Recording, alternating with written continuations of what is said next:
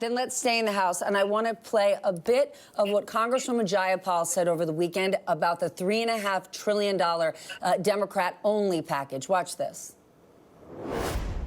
The Build Back Better agenda is not some crazy agenda that just a few people support. It's actually the vast majority of the Democratic caucus. And there's a few people in the House and a couple in the Senate who aren't quite there yet. But even moderates in frontline districts all support this Build Back Better agenda. But just to You've said very clearly, vote for hard infrastructure now and then the big bill later. Progressives don't want to do that because basically they don't trust, not you personally, but they don't trust you. They don't think the second bill, the big one, is ever going to go to a vote if you get the first one done. Are they right? I strongly disagree with that. I mean, we are making great progress on reconciliation. We're not there yet. We've worked all weekend on it, and every Democrat that I talk to recognizes just how important it is to get that done. There's child care in there, fighting climate change. You know, we're going to get it with reinstating the state and local tax deduction or SALT, but we're not there yet. And the bottom line is we will be, and we're going to keep working on that. But it doesn't mean, Stephanie, that you don't. These are two separate bills. You've got, of course, a great infrastructure package that we've got to get done, over $1 trillion that's sitting in the House waiting for action. It's written, it's voted on, it's sitting there. And there's other package that we're making such great progress on and that we will get there. They're two separate bills. But now we've got this one sitting here. Let's vote on it, get it done. And then, of course, we're going to get reconciliation done. It's just too important. Both things matter to the country. But the bottom line is that doesn't mean you stop voting on one and don't get that done when you've got millions of jobs on the line and fixing our crumbling infrastructure while you're waiting to finish the other one and making great progress. In our own personal lives, all or nothing is never the way we get to live. Congressman Fitzpatrick, if these two bills get tied together, do you and other moderate Republicans end up voting no on both? That's the question, Stephanie. The linkage-delinkage thing has been outcome determinative on so many votes on the GOP side. And I got to tell you, it's very frustrating. I'm going to be honest with you.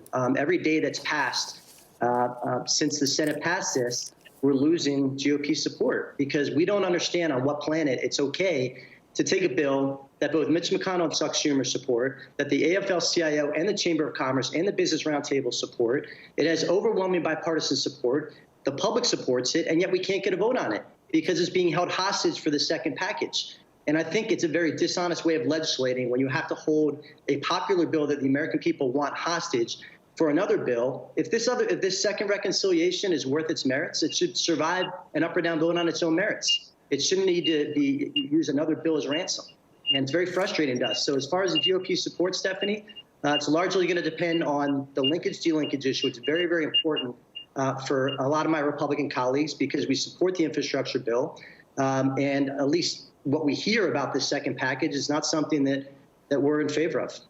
Well, Congressman Fitzpatrick, you know what's frustrating for the American people, even hearing about a possible government shutdown? Your Republican colleagues in the Senate are planning to block a bill today that would fund the government. Funding the government would avoid a shutdown. And because of a dispute over how to raise the debt limit, that's why this is happening. So let's remember, lawmakers' jobs, all lawmakers' jobs, are to make the American people's lives better. A shutdown absolutely makes our life worse. Couldn't agree more, Stephanie. And that's why, you know, we in the House, we will support any CR and any raising of the debt limit that doesn't bring things in like the defunding Iron Dome for Israel and extraneous things like that. If it's a clean CR, clean debt limit increase, it will have my support completely and many of my Republican colleagues, and it will pass the House. I can't speak to the other chamber.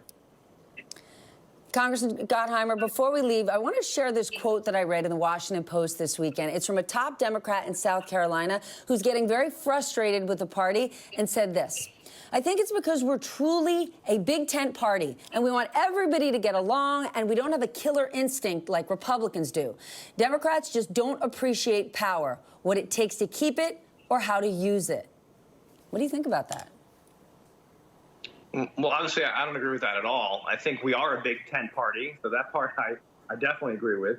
But when it comes down to what we're focused on is what's best for the country and getting things done. We're going to disagree sometimes. That's okay. Brian and I disagree plenty, but we sit down all the time as the problem from our caucus and agree to get things done, like this bipartisan infrastructure package, which we started working on with our Senate colleagues of both parties back in April. And that's why I don't believe anybody at the end of the day this week, Stephanie, when it comes to the floor for a vote, We'll vote against a key part of the president's agenda, but beyond that, of what's critically important for the country. That's why this bipartisan package will pass this week, and then we'll continue working on our other priorities. It may take us time to get there, but they both will get done.